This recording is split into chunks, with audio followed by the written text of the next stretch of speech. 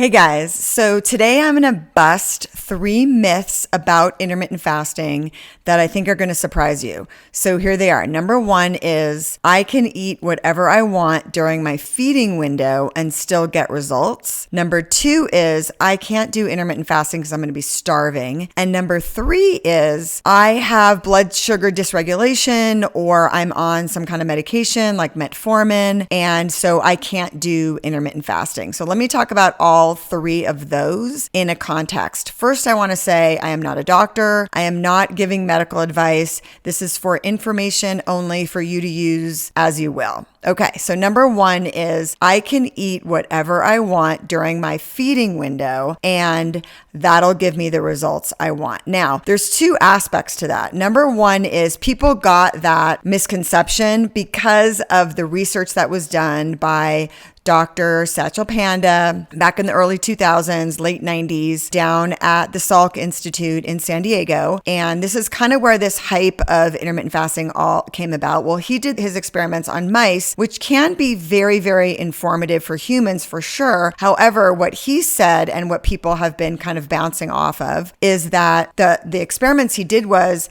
he didn't change anything that the 2 group of mice were eating. He just changed when they were eating, and everybody went cuckoo bananas over that and thought that was great, which it is great. And you can get results by not changing anything you're eating. However, that theory has sort of been refined. I wouldn't say debunked, but it's been refined more in the sense that you can get some results because if you're eating in a certain amount, let's say you're eating in a 8-hour window, you probably will be just eating less calories and you'll be in a calorie deficit.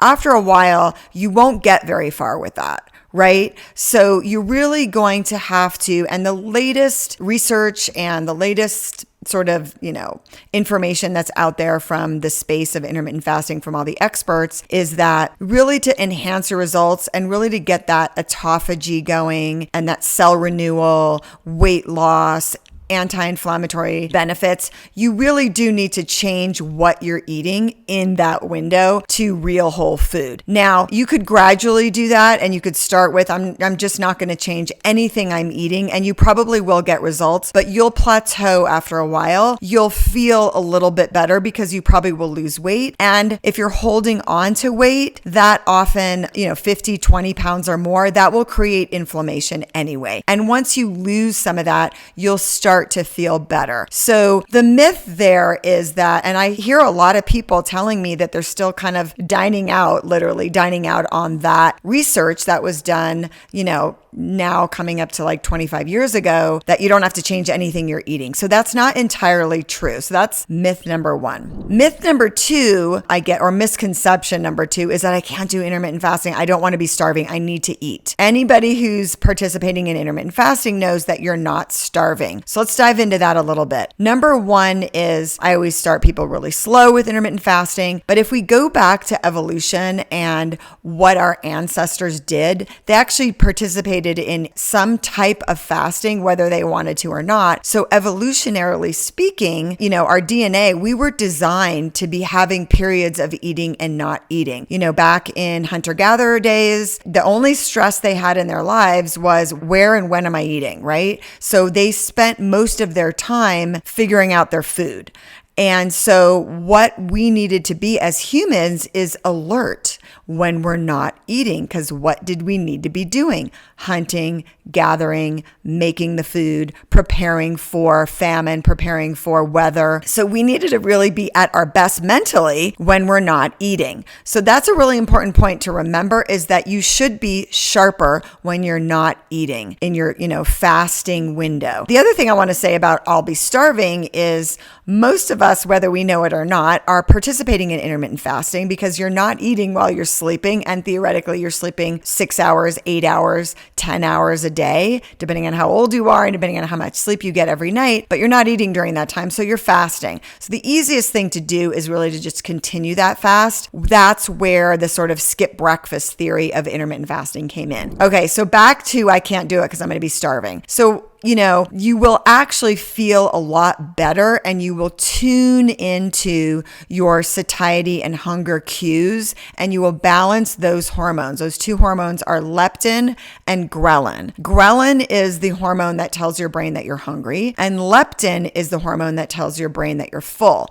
Many times when we've been in this habit, which we were told in the 80s, not our fault, that we should be eating every 2 hours, that theory kind of got people to lose touch with their hunger and satiety cues. So actually, when you intermittent fast and it takes time, I don't recommend people ever jump into, 16-hour fasts or 24-hour fasts right when they're starting it. And if you're like, what Jen Stevens calls, a hot mess of health, or a metabolic mess, you will be hungry and starving. You're not going to want to jump into those longer fasts or even 16 hours if you're not used to it. So that starving feeling will definitely go away. And if you talk to anybody who, started doing intermittent fasting or is an avid, and this is just what they do, they will tell you that, by the time they got good at it, and it's kind of like training for a marathon, you're not going to get off the couch and then jump out and go run 5 miles. You're going to start with, if you're not exercising at all, right? You're going to start at baby steps. You're going to start walking. Then you're going to work your way up. So it's the same thing with intermittent fasting. You baby step your way into this so that you're not starving. There's no reason to jump into 16 hours or 24 hours. So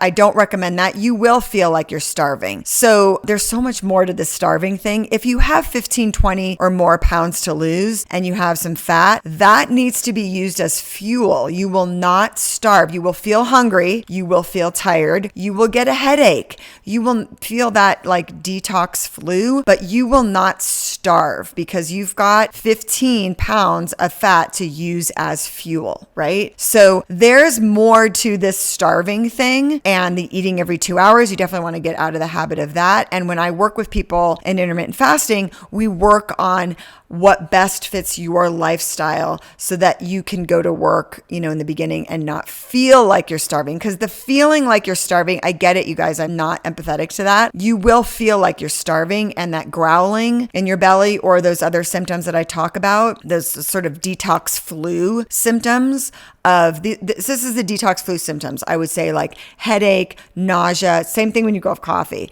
side note. So headache, nausea, fatigue, brain fog, all of those things start to go away once you get more practiced and, good at intermittent fasting. And it does take a while, which is why a lot of people don't do it. Okay, so last thing is I can't do intermittent fasting because I'm already on insulin or metformin or something that lowers your blood sugar. So, not true. You can participate in intermittent fasting, and you already are, like I said before. If you're sleeping for 8 or 10 or 12 hours and you don't eat, you are already fasting to some degree, right? So what you want to do first and foremost is check with your doctor. If you're on any kind of medications, doesn't matter if it's to lower your blood sugar, keep it low. That's what metformin does. It keeps your blood sugar low. Insulin, anything like that. You always want to check with your doctor, and you always want to baby step it and work with somebody so that you know what you're doing, and your medication might be able to be adjusted. I've worked with plenty of people who have gone off of metformin just by intermittent fasting and not changing what they're eating. I eventually change what people, are eating, because you won't get very far without changing some of what you're eating to better whole real foods, like we talked about earlier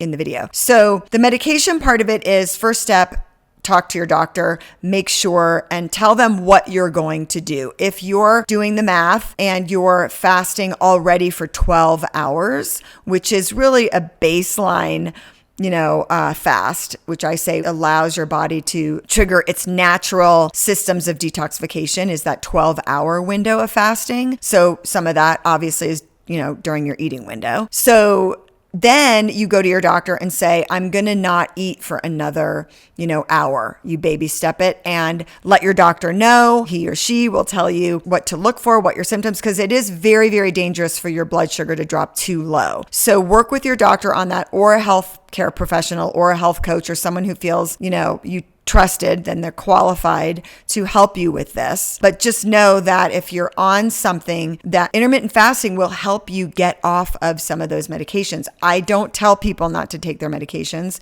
I always say work with your doctor, but it can be done. I've worked with people, and if you listen to anything about intermittent and any intermittent fasting space, you will learn that it is possible. And one of the ways you can get off of your metformin, your Ozempic, whatever you're on, is by participating in intermittent fasting, coupled with changing what you're eating. Those are two really important aspects of intermittent fasting. Okay, guys, that was it. Those were my three. I wouldn't say they're my top myth busters, but they are most frequently asked questions. If you liked what you saw, if you want to see more of my videos, click the subscribe button, share this with a friend, anybody who talked to you about intermittent fasting or trying to get somebody to intermittent fast with you if you've seen this video, or if you're wanting to find out more about intermittent fasting, you can always find me on Instagram. I post a lot of videos there. You can DM me, but share this with a friend if you find that somebody thinks they would be interested in intermittent fasting. Okay, guys, bye.